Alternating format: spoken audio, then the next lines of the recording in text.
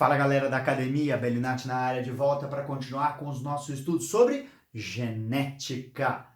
Próximo tópico que vamos abordar na aula de hoje, exatamente, são os casos especiais da primeira lei de Mendel. Ou seja, não é que Mendel não previu, não sabia ou ignorava, não. De acordo com o que a gente publica, né, nos livros do ensino médio, que a gente tem ali anotado nas questões do vestibular, existe uma regrinha para a primeira lei de Mendel. A gente vai olhar aqui agora os casos que não se aplicam a essa regrinha. Primeiro vamos relembrar como era a primeira lei de Mendel e que regrinha é essa a qual eu me refiro, tá? Vai ser bem rapidinho. O que é a primeira lei de Mendel? Uma estrutura aqui, ó, por exemplo, né, a textura da semente enquanto caractere sendo avaliado nos seus dois fenótipos, lisa e rugosa, a gente cruza uma planta homozigótica dominante com uma planta homozigótica recessiva. Elas produzem um único tipo de gameta cada, geram uma geração F1, uma geração ali de descendentes que é híbrida, que é heterozigótica, com o fenótipo de uma das plantas parentais, inclusive esse fenótipo é chamado de dominante por causa disso, é o fenótipo que aparece aqui.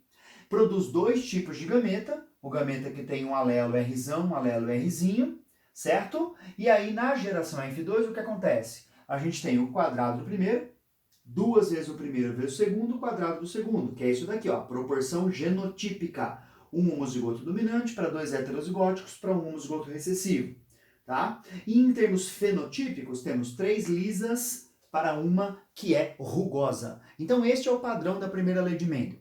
Eu pego homozigoto de um tipo, homozigoto do outro tipo, cruzo, gera uma heterozigótica, ela tem o fenótipo de uma das homozigóticas da geração parental, cruzo elas entre si e obtenho lá embaixo 3 para 1, 3 dominantes para cada uma recessiva.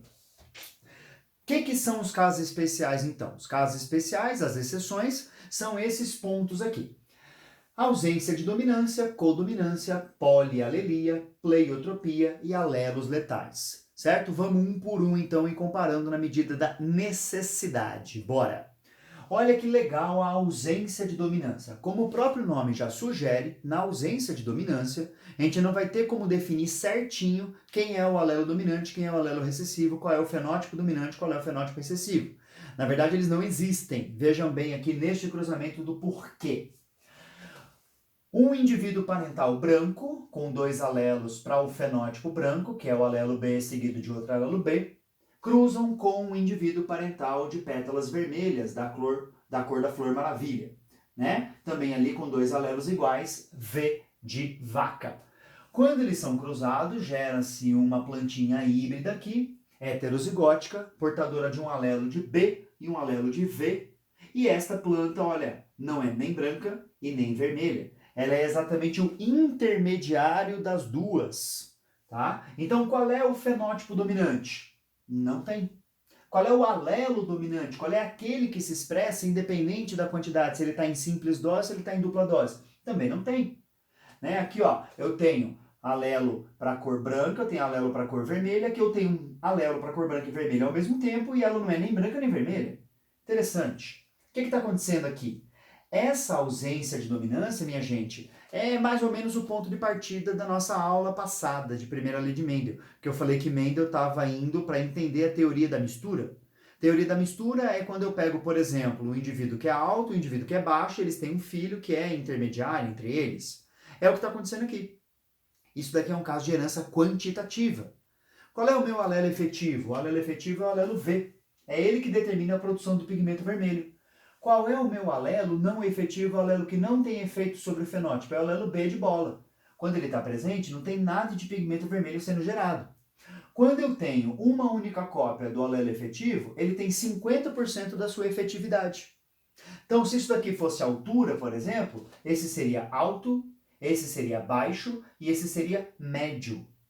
Então, já entendeu por que isso daqui é um caso especial de primeira lei de Mendel? Porque eu tenho três fenótipos. 1, 2, 3 fenótipos. Tá? E aí, quando eu cruzo a geração F1, que é heterozigótica, consigo mesma, o que eu obtenho lá embaixo, na geração F2? Eu obtenho a proporção fenotípica diferente. Qual era a proporção fenotípica esperada? A proporção fenotípica esperada era de 3 para 1, 3 dominantes para 1 recessivo. Vamos olhar lá embaixo. né? Proporção genotípica, 1 para 2 para 1, quadrado primeiro, 2 vezes o primeiro vezes o segundo, quadrado segundo, isso aí tá de boa, né? E a proporção fenotípica aqui, ó, ficou igual à proporção genotípica. Então eu tenho uma branca para cada duas rosas, para cada uma vermelha. Então mudei proporção fenotípica na F2, isso aí já chama atenção, e tem um terceiro fenótipo, isso também chama atenção. Vamos continuar avaliando aqui a ausência de dominância com um outro exemplo, né? Tabela tirada de uma questão da FUVEST, que ele pede para você avaliar o que é que está acontecendo. Ele cruza, né, uma planta que tem um fruto longo com uma planta que tem um fruto redondo. Depois, fruto longo com oval, redondo com oval, oval com oval. O que eu quero que vocês avaliem? A gente não vai resolver essa questão aqui, tá? Eu quero só que vocês avaliem que existem 3 condições fenotípicas para o fruto. Ou ele é redondo, ou ele é longo, ou ele é oval. E o oval é exatamente intermediário entre o longo e o redondo. Olha que bacana este cruzamento aqui de baixo, é o único cruzamento que eu quero chamar a atenção. Quando eu cruzo oval com oval, eu vou ter 50% dos frutos ovais, 25% deles longos e 25% deles redondos. É exatamente este cruzamento aqui, ó. Quando eu cruzo duas heterozigóticas entre si, eu tenho metade dos descendentes igual às heterozigóticas, porque eles também são heterozigóticos, 1/4 de um tipo, 1/4 de um terceiro tipo. Então aqui a gente já consegue, a partir desta avaliação simplesinha, dizer que quando o fruto é oval, é uma heterozigose. Quando o fruto é longo, é uma homozigose. E aqui uma outra homozigose quando ele é redondo. Então, por exemplo, aqui o alelo L, LL, ele é redondo, ele é longo, perdão. RR, ele é redondo. Um alelo R e um alelo L, ele fica oval. Olha que maravilha, né? E aí, não confundam a ausência de dominância com codominância. Galera confunde isso a rodo. Por isso que a gente vai aqui, ó, olhar um caso de codominância também de cor de flor. Porque foi o caso que eu trouxe lá, o primeiro caso, que era da Flor Maravilha. Aqui a gente está olhando para begônias, está olhando para camélias e vários outros tipos de flores, né? Veja o que acontece agora.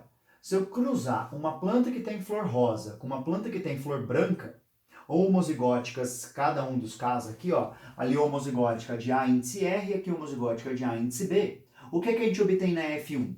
Perceba, a F1 não é uma intermediária das duas. Isso é importante. A F1 não parece intermediária? Não, não parece intermediária, né? O que é intermediário? Lembra que eu falei de altura? Vou recitar aqui então a altura, vou refalar. Se essa fosse alta e essa fosse baixa, num caso de ausência de dominância, essa deveria ser média.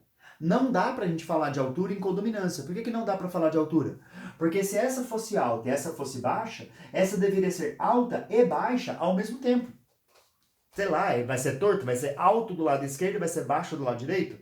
Não, maluquice, né? Então, olha só, por que isso daqui é uma codominância? O que tem de diferente da ausência de dominância? Vejam, tem um terceiro fenótipo, não tem só rosa e branca, tem um terceiro fenótipo, que é essa daqui que é rosa e branca ao mesmo tempo, certo? E esse terceiro fenótipo, ele não é a expressão intermediária dos dois. Ele é a expressão dos dois ao mesmo tempo. Ao mesmo tempo. Se não ficou claro com esse exemplo, eu vou te dar mais 2 exemplos. O exemplo aqui, da cor da pelagem em bovinos, a gente tem aqui na geração parental uma vaca com a pelagem vermelha, um boi com a pelagem branca. Quando eles são cruzados, filhotes de ambos os sexos, são intermediários ou são diferentes? Eles são diferentes. Diferentes, tá? Note que ele é vermelho e branco ao mesmo tempo. A gente chama isso de ruão. O ruão, que é vermelho e branco ao mesmo tempo, quando são cruzados entre si, eles geram filhotes com a pelagem vermelha, 25%, com a pelagem branca, 25%, e com a pelagem, né, das duas condições ao mesmo tempo, que é o ruão, em 50%. Ainda não está convencido que codominância é a expressão dos dois alelos ao mesmo tempo? Então aqui eu acho que vai facilitar nosso entendimento. Na tipagem sanguínea, a gente tem vários tipos de elementos na membrana da hemácia. Existe o sistema BO, existe o sistema RH, existe o sistema MNS. No sistema MNS, eu vou me preocupar apenas com o sistema MN, certo? O sistema MN, existem 3 fenótipos. Ou você é sangue do tipo M, ou você é sangue do tipo N, ou você tem os dois ao mesmo tempo? Os dois o quê, minha gente? Os dois antígenos. Tá? Quando se fala em tipagem sanguínea, que eu estou olhando para a membrana da hemácia, eu estou olhando quais são os identificadores da membrana da hemácia. Não vou ficar fazendo você imaginar, não, vou te mostrar. Né? É isso daqui, ó. Então eu tenho o sistema ABO, eu tenho o sistema RH e eu tenho o sistema MNS, esse daqui que está em destaque. Esse sistema MNS, que são proteínas de passagem simples pela membrana, eles vão permitir a diferenciação das nossas hemácias quando a gente faz transfusão, reconhecimento ou não pelo sistema imunológico da pessoa que está recebendo o nosso sangue. Ele é menos importante em caso de rejeição de sangue que o sistema BO, que o sistema RH. Mas ele existe, a gente tem que avaliar porque ele também está presente. Então olha o que acontece. Se você tem um par de alelos L, M, L porque é uma homenagem ao Landsteiner, é o cara que descobriu isso, né? E M porque é uma variação, eu tenho o tipo sanguíneo, eu tenho o antígeno, ou seja, lá na membrana da minha hemácia, a estrutura presente é a estrutura do tipo M. Se eu tenho essa estrutura do tipo M presente, se eu colocar um anticorpo anti-M, que é específico para o tipo M ali, vai haver o reconhecimento e, portanto, vai haver a aglutinação. Se eu colocar um anticorpo chamado de anti-M, que é específico para o outro tipo de antígeno, percebam, não tem aglutinação. Então já é até para vocês fazerem ali uma educação visual dessas imagens. Quando eu tenho essas duas imagenzinhas aqui, as hemácias mais próximas entre si, estou mostrando para a gente uma aglutinação. As hemácias mais distantes, estão mostrando que não houve aglutinação. Olha o caso extremo daqui de baixo, ó. Né? Então se eu tenho uma homozigose do alelo LN, eu sou tipo sanguíneo N de navio e eu tenho aglutinação com anti-N e eu não tenho aglutinação com anti-M. O heterozigoto, que é o nosso ponto focal, o heterozigoto, né, ele tem os dois antígenos ao mesmo tempo. Então lá na membrana do heterozigoto eu vou ter o M e eu vou ter o N ao mesmo tempo. Se eu jogar o anticorpo anti-M, reage. Se eu jogar o anticorpo anti-N, reage também. Então perceba, ele não é um intermediário. Ele tem os dois alelos sendo expressos ao mesmo tempo. Por isso que se chama codominante. Então, quem é o alelo que domina? É o LM ou é o LN? Ambos dominam. Como é que eu sei que ambos dominam? Porque dominante é aquele alelo que se expressa independente da dose. Se ele está se expressando em dose dupla ou dose simples, ele é chamado de dominante. Então veja aqui, esse aqui se expressa, aquele se expressa também. Então, ele está se expressando em dupla dose e em simples dose. O M também se expressa em dupla dose e em simples dose, certo? Então, por isso que eles são codominantes. Ambos têm o mesmo efeito de dominância, diferente na ausência de dominância, que era um caso de alelo efetivo. Se eu tenho um alelo efetivo, ele tem metade do resultado que eu espero na presença de dois alelos. Lembra da cor da flor? Com dois alelos ela é vermelha, com um alelo ela é rosa, com nenhum alelo ela é branca. A altura, com nenhum alelo eu sou baixo, com um alelo eu sou médio, com dois alelos eu sou alto. Perfeito? Enquanto que na codominância, não importa, né, se eu tenho uma cópia ou duas cópias, os alelos estão sempre se expressando. Eu vou repetir isso quando a gente entrar na tipagem sanguínea do sistema ABO, tá? Esse negócio de codominância para ficar bem marcadinho. Mas antes para sair disso, eu quero comparar a ausência de dominância com codominância na imagem das flores, que é o que o vestibular mais explora, tá? Então vamos avaliar aqui. Fenótipo de um tipo, fenótipo de outro tipo, e o terceiro fenótipo é intermediário aos dois postos, isso é a ausência de dominância. Fenótipo de um tipo, fenótipo de outro tipo, e o terceiro fenótipo apresentado é a expressão de ambos ao mesmo tempo e não intermediário, tá? Então eu tenho codominância. Sacou? Branco com vermelho, se eu somar e dividir por 2, eu tenho rosa. Tipo alto com baixo, eu tenho médio. Aqui, branco e rosa, eu não tenho intermediária aqui, ó. Ela é branca e rosa ao mesmo tempo. A expressão de ambos ao mesmo tempo. Espero que tenha ficado claro, tá? Qualquer coisa, entre em contato comigo. Continuando. Terceiro caso especial da primeira lei de Mendel. Chama-se polialelia. Por que ela chama-se polialelia? Porque a gente tem 1, 2, 3, 4 alelos para o mesmo loco gênico. O que Mendel considerava quando Mendel trabalhou com as ervilhas e publicou lá os artiguinhos que hoje a gente usa como base? Ele considerava que cada uma das condições que ele estava estudando, cor da semente, textura da semente e tudo mais, era determinada por 2 fatores. Quem eram os 2 fatores? Eram os 2 alelos. E aí, na dominância e na recessividade, a gente podia determinar ali se a planta ia ser ou de semente amarela, ou de semente verde e tudo mais. Aqui agora, a gente tem, no caso da pelagem de coelhos, 4 alelos. 4, 1, 2, 3, 4. E entre eles existe uma relação de dominância direta, que está aqui representada. O Czão domina todos, o C índice A é o que é dominado por todos. Esses 4 alelos, que fique claro para vocês, eles só vão aparecer de 2 em 2. Porque nós somos organismos diploides, os coelhos são organismos diploides, e as questões de vestibular vão considerar organismos diploides. A não ser que a questão te diga que ela está falando do endosperma, que ela está falando de um zangão, porque o endosperma da angiosperma, por exemplo, é triploide, o zangão é haploide. Então, se a questão do vestibular não te disser isso, considere sim um organismo diploide. Então, se eu sou diploide, eu vou receber um cromossomo com um alelo do meu pai e outro cromossomo com outro alelo da minha mãe. Podem ser alelos iguais, então o indivíduo aqui, por exemplo, é homozigoto, Czão. O fenótipo dele, ele é selvagem, ele é castanho, ele é agute, certo? Se eu receber agora 2 alelos diferentes, se eu tiver um Czão, ele continua sendo selvagem, agute, castanho, não muda nada, porque ele é o alelo mais dominante de todos. Então, olha só, qualquer uma dessas combinações que a gente tem aqui leva a um fenótipo selvagem. Quando é que vai ser chinchila? Vai ser chinchila quando o Czão não estiver presente. Então, qualquer combinação de C índice CH, o pelo do coelho vai ser cinza, por isso que ele é chamado de chinchila, tá? Chinchila é outro bicho, mas aqui a cor do pelo dele parece uma chinchila, por isso o nome. E aqui, quando é que ele vai ser Himalaia? Que pra mim é o mais fofo de todos, olha que delícia, é um coelho branquinho com a pontinha da orelha, do focinho, da patinha, do rabinho pretinho. Ai meu Deus, ele é campeão. Tá? Coelho é meu bicho favorito e entre os coelhos esse aqui é o meu tipo favorito.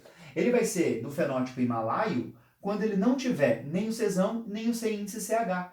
Quando ele tiver ou 2 cópias desse alelo, ou esse alelo acompanhado desse.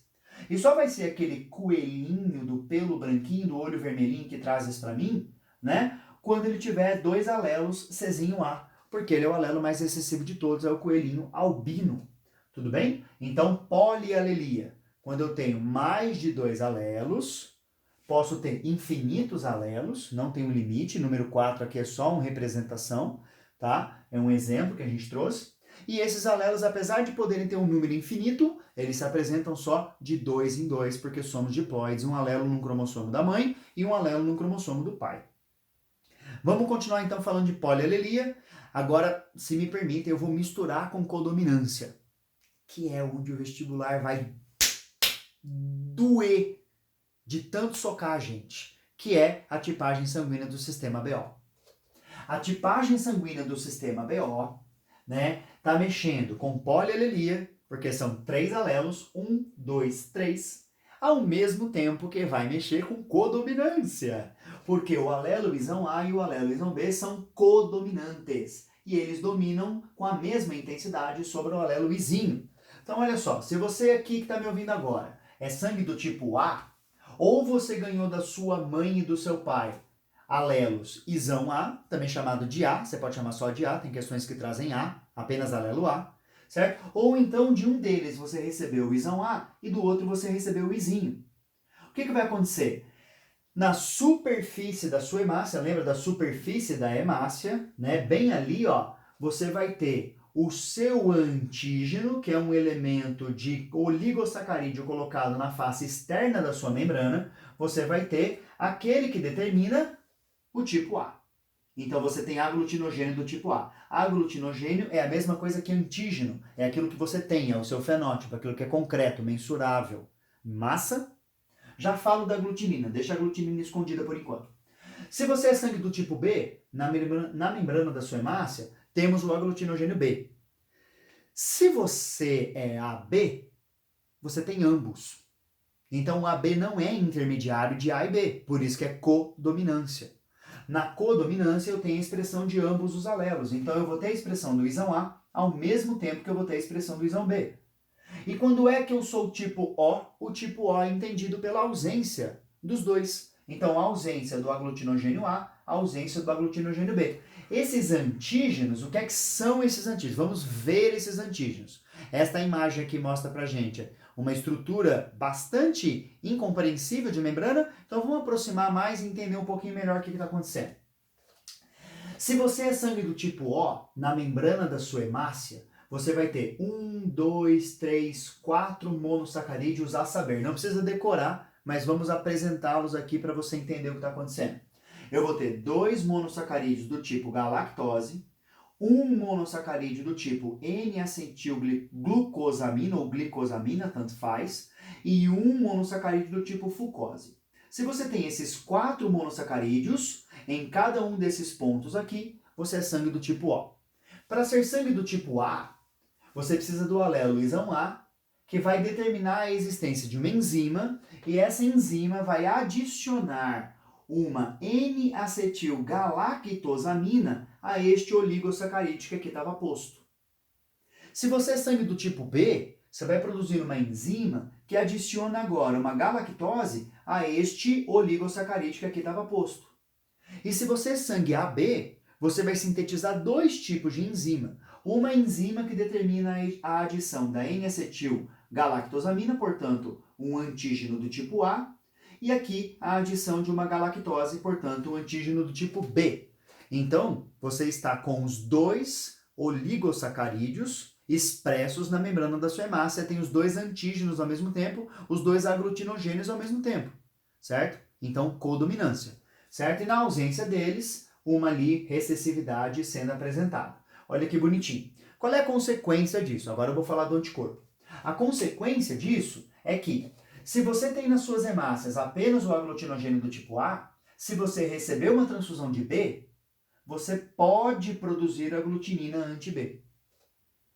Percebeu que você nasce com isso e você adquire isso?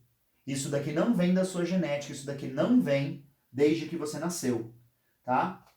Existem aí alguns estudos que mostram que algumas bactérias do nosso intestino produzem substâncias da membrana das suas células que são parecidas com, né, os antígenos A e B, e que aí, na presença dessas bactérias, a gente acaba produzindo os anticorpos anti-A e anti-B. Vamos fazer de conta que isso não existe.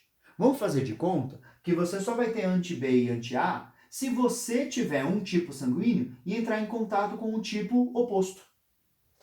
Então, eu sou sangue A, por exemplo. Eu nunca recebi transfusão de sangue, nunca, na minha vida, nunca, jamais. Nem de A, nem de B, nem de AB, nem de O, nenhuma transfusão. Então, o que eu tenho? Eu tenho aglutinogênio. Eu não tenho aglutinina anti-B, não tenho, porque eu nunca recebi transfusão. Vamos supor que eu vou receber uma transfusão amanhã. E os caras que vão me apresentar, que vão me fazer essa transfusão, são burro pra caramba e vão me dar um sangue do tipo B. Então, a partir de amanhã, eu serei sensibilizado para o tipo B e eu terei a produção de anti-B. Vou produzir esse anti-B no primeiro momento como resposta primária, né? O que faz com que eu tenha grande quantidade de imunoglobulina do tipo M, IgM, e aí eu vou armazenar isso na minha memória imunológica. E aí eu vou transferir isso para IgG, que é de memória, tá? Quando eu chegar agora numa nova transfusão, vamos supor que os caras vão fazer minha nova transfusão, são burro pra caramba também de novo. E vão me dar de novo sangue B. Aí eu vou ter já na memória imunológica o anti-B, e aí eu vou produzir mais e mais rápido. Tá? Então cuidado, isso daqui eu só tenho se eu for sensibilizado. Isso daqui eu tenho por causa do meu genótipo. Quando a gente chegar lá em casos da segunda lei, eu vou te explicar o que significa ser o falso O. Porque por esta imagem aqui, tá dando para perceber que ser A é ter o tipo A, ser B é ter o tipo B, ser AB é ter os dois e ser O é ter nenhum desses que ele marcou aqui com bolinha e losangozinho, tá? Roxinho ou rosa e verde ou azul aí, não sei como é que você tá vendo na cor da sua tela, tá bom? E o azul, imagina, o tipo O aqui é quando tem nenhum, quando tem só esses palitinhos. Esses palitinhos, minha gente, é essa estrutura original aqui. A gente chama de antígeno H. O falso O não tem o antígeno H. Quando eu chegar lá nos casos da segunda lei, eu te explico isso melhor, tá? Por enquanto, só quero te apresentar. E aí, se você é sangue do tipo AB, se você conhece ambas as moléculas de aglutinogênio, você não gera aglutinina. Isso aqui vai ser importante para a gente fazer os testes, né, de transfusão, para ver o que vai dar certo e o que vai dar errado. E se você é sangue do tipo O, você não conhece nem A nem B, se você receber qualquer um desses 3 tipos sanguíneos aqui, você pode gerar tanto anti-A quanto anti-B. Beleza? Massa. Então vamos avaliar isso daqui. Como é que eu faço então o teste? Se você não sabe o seu tipo sanguíneo, né, você for a um laboratório, certo? E pedir a tipificação do seu tipo sanguíneo, é isso daqui que vai acontecer. Eles vão pegar pelo menos 2 gotinhas do seu sangue,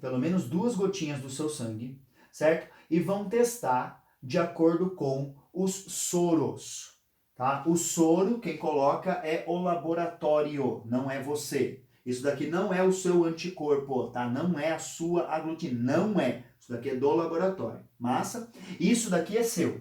Isso aqui é o seu sangue, isso daqui são ou ambas as moléculas de aglutinogênio, ou a molécula do tipo B, a molécula do tipo A ou nenhum. Então, por que 2 gotinhas do seu sangue? 2 gotinhas do seu sangue pelo seguinte motivo. Uma gotinha eu testo com soro anti-A, outra gotinha eu testo com soro anti-B. Quais são os resultados possíveis? Vamos lá, eu falei que é para você imaginar que eu sou sangue do tipo A. Então vamos supor, vamos continuar com essa ideia de que eu sou sangue do tipo A. Se eu sou sangue do tipo A, eu coloco uma gotinha de soro anti-A no meu sangue, que está ali, ó, na lâmina de teste, o meu sangue aglutina. Por quê? Porque eu coloquei anti-A e o anti-A específico para o antígeno A. Então vai aglutinar. Olha aqui, ó, vou botar uma imagem para ficar claro. Então quando eu tenho anti-A liga com A. Anti-B liga com B. Então o que eu fiz? Eu peguei o sangue, né, uma gota do meu sangue, que eu falei que era A, coloquei aqui e coloquei o soro anti-A. Olha só, aglutinou. Em I, quando eu coloco uma gotinha do soro anti-B, eu que sou sangue tipo A, olha só, eu que sou sangue tipo A, não aglutina.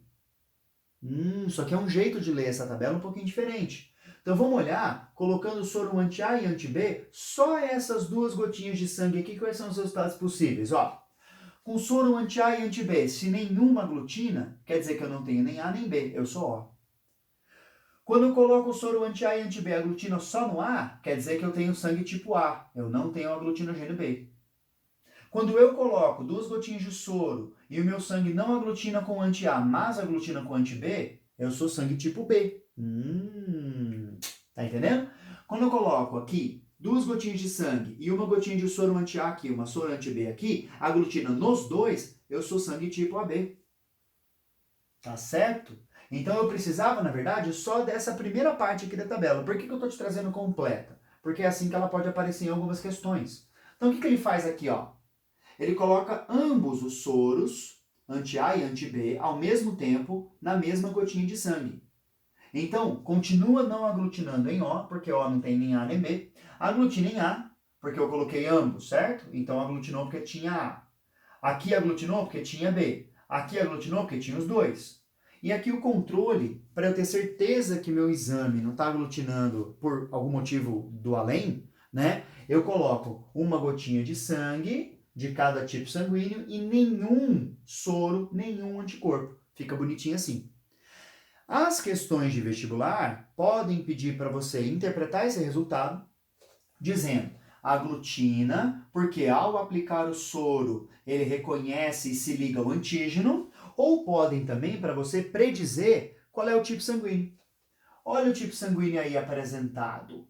O tipo sanguíneo aí apresentado tem aqui ó, escrito B negativo, A positivo, B positivo, A negativo. Você consegue reconhecer por que é cada um? Vamos avaliar então essa tabelinha. Eu tenho aqui uma gota do anticorpo anti-A, perceba que eu mudei da tabela anterior. Tabela anterior eu tinha colocado os anticorpos aqui e aqui os antígenos. Essa tabela mudou. Não decore nenhum dos dois formatos, tá? O que vai acontecer na prova é que você vai ter que fazer o omelete com os ovos que ele está te dando. Então ele colocou anticorpo aqui e colocou, né, os tipos sanguíneos para você avaliar no horizontal. Calma aí, o que é esse anti-D, professor? Anti-D você não falou nada. Anti-D, minha gente, é o fator RH. O fator RH, né, é aquilo que determina se o seu sangue é A positivo, A negativo, B positivo, B negativo e assim sucessivamente, certo? Ele é determinado por um único gene, independente do gene I, não tem nada a ver com o gene I do sistema BO, e ele vai determinar a presença ou ausência do fator RH na membrana da hemácia. com dominância simples. Homozigose recessiva, fator RH negativo, ausência da molécula de RH. E aqui, ó, desão ou desão-desinho, RH positivo, certo? Então, é tranquilo, tá? Primeira lei de Mendel direto e reto, binário, fator RH positivo e negativo com dominância simples. Não tem nenhum bicho de 7 cabeças no fator RH. Então vamos ver. Eu coloquei aqui uma gota de anti-A no sangue. Não aglutinou, ele não tem A. Então ele não é nem A nem AB. Eu coloquei uma gota de anti-B, aglutinou. Já sei que ele não é AB, então ele só pode ser B. Coloquei uma gota do anti-RH, do anti-D, não aglutinou, então ele não tem RH, então de fato ele é B negativo. Entendeu por que esse é A positivo? Aglutina em A, não aglutina em B e aglutina no fator RH. B positivo, aglutina em B, não aglutina em A e aglutina no RH. E o O negativo? Não aglutina em nada. Quer saber como são os outros resultados? Estão todos aí. Olha que maravilha. Coluna 1, soro anti-A. Coluna 2, soro anti-B. Coluna 3, soro anti-D. Coluna 4 é o controle para saber se está tudo bem. Controle é quando não adicionam anticorpos, então não pode aglutinar no controle. Perceba que esse único aqui da coluna 4 que aglutinou, a gente está dizendo que ele é não válido. Tá? A gente pode até jogar ele fora aqui, ó, porque ele não está valendo. Tá ótimo? Ele é o nosso indicativo de que o exame está dando certo. Então vamos avaliar ali. O que é o O negativo? Não aglutina em A, não aglutina em B, não aglutina em RH. Ele não tem nem a molécula A, nem a molécula B, nem a molécula RH na superfície. Em extremo oposto, o AB positivo. Tem a molécula A, tem a molécula B, tem a molécula RH. Tá? Então, o AB positivo. Nesses termos, olha só, esse cara não tem aglutinogênios e esse daqui tem todos os 3 aglutinogênios possíveis. Quem é que pode doar para quem? Lembrando que o anticorpo, ele só vem quando eu faço uma estimulação específica. Vamos fingir que é somente na transfusão. Então vamos pegar um cara que é O negativo. O O negativo não tem aglutinogênio A, nem B, nem RH. Se ele não fez nenhuma transfusão a vida inteira, nenhuma cirurgia, nenhum procedimento, então ele também não tem os anticorpos. Ele não tem. Lembre-se disso. O anticorpo é uma possibilidade. Tá? Quando a gente avalia agora esse cara que é AB positivo, ele tem os 3 aglutinogênios e também não tem anticorpos. Certo? Também não tem anticorpos. Qual deles poderia gerar anticorpos em caso de uma transfusão? O O negativo. Se ele receber sangue de A, ele gera anti-A. Se ele receber sangue de B, ele gera anti-B. Se ele receber sangue de positivo, ele gera anti-RH. Por que o AB positivo não gera anticorpos? Ele não gera porque o anticorpo você gera contra alguma coisa que você não conhece. Tá? Existe todo um mecanismo no seu corpo para determinar aquilo que você conhece e não conhece e produzir os anticorpos contra aquilo que você não conhece. Claro que tem as doenças autoimunes que vão ferrar a coisa toda, porque vão bagunçar produzindo anticorpos contra aquilo que é seu e que você já conhece que você não deveria produzir. Tá, não vamos entrar nessa seara aqui agora não. Vamos continuar. Então esse cara pode produzir os 3 tipos de anticorpos em caso de recepção do sangue errado, e esse cara aqui não produz anticorpo nenhum porque ele já conhece os 3 antígenos.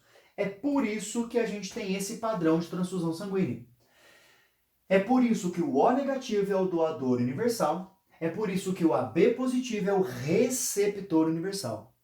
Doador universal aqui em cima, receptor universal aqui embaixo. Perceba, o O doa para todo mundo, inclusive para si mesmo. O negativo doa para todo mundo, inclusive para si mesmo. E o AB recebe de todo mundo, inclusive de si mesmo. E o positivo recebe de todo mundo, inclusive de si mesmo. Por quê? Basicamente por causa disso. Esse daqui, ó, não tem aglutinogênio, então ele não gera resposta imunológica, ele não estimula a produção de anticorpo em ninguém, certo? E o outro não tem a produção de anticorpos porque ele já conhece todos os antígenos. Então, se ele já conhece A, já conhece B, já conhece RH, ele não vai produzir nem anti-A, nem anti-B, nem anti-RH. Olha que maravilha, né? Vamos seguir. Essa condição aqui de aglutinogênio, aglutinina, né? Quem pode transferir para quem? Tem um caso específico que a gente precisa trabalhar antes de ir embora no fim antes de chegar no fim dessa aula, que é o caso aqui, ó, da incompatibilidade do fator RH entre uma mulher e a criança que está sendo gestada no útero dela, que pode levar à doença hemolítica do recém-nascido, também chamada de eritroblastose fetal. Vamos avaliar o seguinte: uma mãe com RH negativo e um feto com RH positivo. Sempre assim, tá? A mulher com RH negativo e o feto com RH positivo. Por que nunca ao contrário? Primeiro, né, se a mãe tem RH positivo, ela não produz anticorpos, que é o problema aqui, que é a chave do problema. Segundo, se o feto é RH negativo, ele não vai estimular a produção de anticorpos porque ele não tem o antígeno para fazer esse estímulo. Tá? Então tem que ser nesse padrão. Mãe RH positivo e o feto é RH positivo. O primeiro filho de RH positivo sensibiliza a mãe. Que nem, por exemplo, eu que sou sangue A, se eu recebesse um sangue do tipo B. Sensibiliza o meu sistema imune e eu produziria anti-B. No caso, como é uma incompatibilidade de RH, a mãe vai produzir anti-RH. Principal momento de produção do anticorpo é quando existe uma maior quantidade de hemácias da criança entrando em contato com o sangue da mãe, que é durante o parto. Como já vai acontecer o parto aqui, é bastante improvável que esses anticorpos venham atingir de forma significativa, severa e preocupante a circulação desta criança, porque ela já nasceu. Ah, mas ela não vai receber anticorpos pelo leite? Vai, mas a quantidade é pequena e o efeito normalmente é muito pequeno também. Onde vai estar o problema? O problema vai estar na segunda gestação, na segunda gravidez, um segundo filho também de RH positivo, que recebe anticorpos através da placenta. A quantidade de anticorpos que vai passar aqui é maior e ainda pode haver uma sensibilização durante a gestação. Então pode haver ali um microsangramento na região da placenta. Esse microsangramento faz com que hemácias da criança entrem em contato com a circulação sanguínea da mãe e aí levem, né, a presença do fator RH para o centro de armazenamento de memória imunológica da mãe, que reconhece e produz muitos anticorpos, e aí podem afetar tanto a circulação fetal quanto a do recém-nascido. Vamos avaliar isso num heredograma. Então tá aqui uma famíliazinha que a gente trouxe só para identificar. Vamos colocar os genótipos dessa família aí. A gente tem certeza que essa mãe é homozigótica recessiva, porque ela é fator RH negativo. A gente tem certeza que esse cara é heterozigoto, porque eles têm pelo menos uma criança de fator RH negativo. Então está colocada aí a família. Onde é que está a criança que provavelmente vai sofrer de eritroblastose fetal? É a criança de número 1, a criança de número 2, a criança de número 3 ou a criança de número 4? Vamos avaliar então o que está acontecendo. A primeira gestação, criança mais velha, ali, ó, aquela menina de RH negativo, ela tem uma compatibilidade de RH com a mãe. Não tem problema nenhum. A mãe não vai gerar nenhuma, complicação em relação a isso. A segunda gestação é de uma criança de RH positivo. Então perceba, não precisa ser a primeira gravidez de todas as gravidezes dessa mulher. Tem que ser a primeira gravidez de uma criança com fator RH positivo. Então essa primeira gestação sensibiliza a mãe. Quando a mãe está sensibilizada, ela pode passar os anticorpos para esta criança aqui. A maior probabilidade é que esta criança, criança de número 3 dessa família, de acordo com essa estrutura que está montada, venha a sofrer da doença hemolítica do recém-nascido. Por que acontece nesta forma? Por causa disso aqui. O primeiro filho com RH positivo leva uma produção de anticorpos totais, que está aqui ó, na linhazinha rosa, marcada aqui não muito alta, comparada com a produção de anticorpos do segundo filho com RH positivo. Outra diferença que precisa ser avaliada é que os anticorpos aqui de imunização primária, IgM, eles são os principais aqui. Por quê? Porque foi a primeira vez que essa mulher, vamos pensar que é uma mulher não sensibilizada, nunca sofreu nenhum procedimento, nenhuma transfusão, recebeu ali anticorpos da criança. Desculpa, recebeu os antígenos da criança. Produziu anticorpos pela primeira vez. Resposta primária, IgM. Quando ela recebe agora pela segunda vez, aqui ó, no eixo X é a passagem do tempo. Então ela produz muito mais rápido e em muito maior quantidade os anticorpos agora da classe IgG, que é de memória imunológica, de resposta secundária.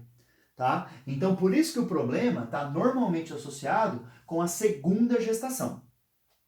O que a gente pode fazer então para avaliar essa doença hemolítica do recém-nascido? Primeiro, eu tenho que ficar esperto aos sintomas. Se eu estou destruindo hemácias, Então eu espero que essa criança tenha um quadro de anemia e fique amarelada, tenha uma icterícia. Como é que eu trato? Eu troco o sangue dessa criança, é possível fazer a transfusão ainda, inclusive, antes dela nascer, é arriscado, mas é possível, e ainda tem que fazer banho de luz. Transfusão de sangue, eu vou transfundir para um sangue RH negativo, que daí ele não vai sofrer os efeitos dos anticorpos na mãe, porque não vai ter o aglutinogênio para ligar. E banho de luz para degradar as moléculas que levam a esse amarelamento da pele, a icterícia, né, que são os resíduos das hemácias degradadas. Massa? Como é que eu previno isso? É melhor prevenir que tratar, claro.